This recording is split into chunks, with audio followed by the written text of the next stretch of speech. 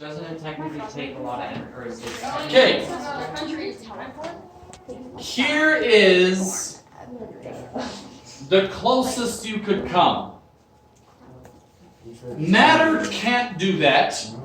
Okay? You can't have matter fizzle away, come over here and start reforming. That is not possible.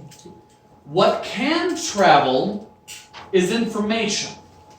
So if you have some way of capturing all the data about this object,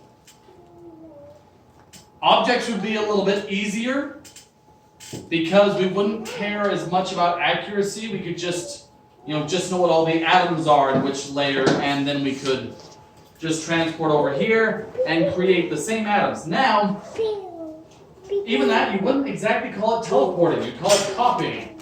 Because you wouldn't actually need to get rid of this one if you could do that. You could just scan it, make another one over here. It would just be a super advanced 3D printer.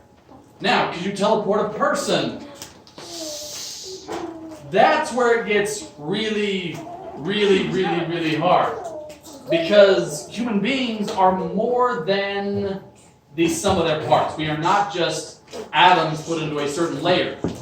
They even did an experiment, and this is kind of cool, where they had someone who was dying, and they had them die on a scale, right? In the moment of death, they lost weight. Something left. Sheep, I believe, actually gain weight. And dogs stay the same.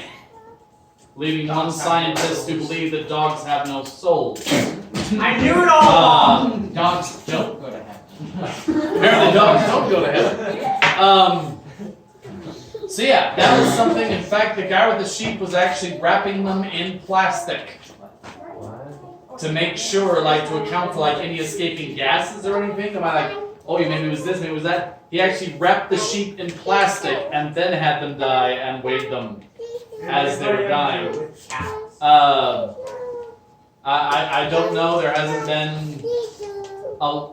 been a ton of research into this, and what research there was just so creepy.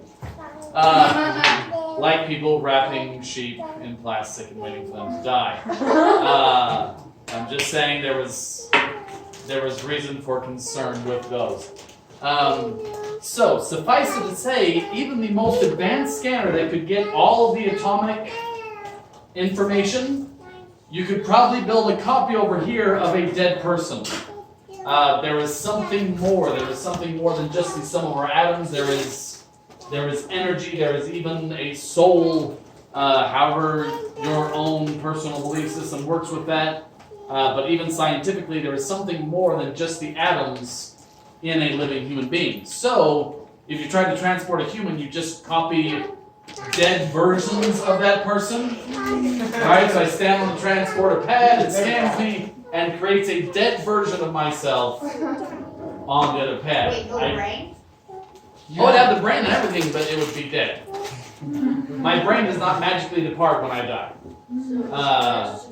Yeah, it could copy all the atoms, right? Create all the molecules and all their designs, but that doesn't actually make a living thing. So the chances of ever actually being able to teleport life, pretty dang close to zero. Isn't that how they do it in Star Trek? It's like the beam thing? That's like the idea. Yes, but they actually beam the molecules, which is not... So it takes time? Yeah, so essentially we break you down into a stream of radiation, break all your molecules down, transport the molecules through space, and then reform you on the other side. That's what was done in Star Trek. That is not feasible. Even if you were to break a person down to radiation and beam them through space, and had some sort of hope that you could put those back together, radiation hits into stuff, right? It's going to react with the air, so you would beam yourself through space, show up on the other side, and have pieces missing. Right? Like 5 pounds of matter randomly from your body just gone. Okay, including brain matter. Yeah, it would be horrifying. We would create tortured monster people.